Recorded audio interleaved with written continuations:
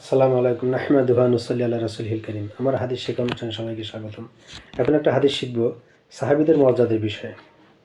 সাহাবীদের সম্পর্কে রাসূলুল্লাহ সাল্লাল্লাহু আলাইহি ওয়াসাল্লাম কি বলেছেন এই বিষয়ে একটা হাদিস শিখব।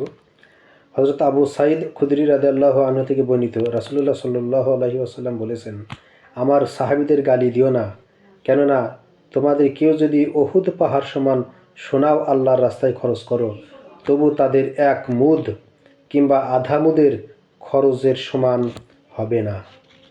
সাহাবাদের মর্যাদা কত বড়! এই হাদিসের ব্যাখ্যায় আলোচিত হয়েছে সাহাবীদের সাথে আমাদের পার্থক্য হলো, আমলের পার্থক্য হলো, তাদের আমলে ইখলাস ছিল এবং তাদের ধন সম্পদ হালাল ও পবিত্র ছিল।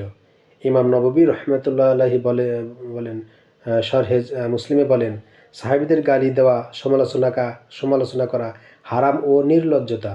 জুমহুর আলেমগণের মতে সাহাবীদের সমালোচনাকারী চরম শাস্তির যোগ্য।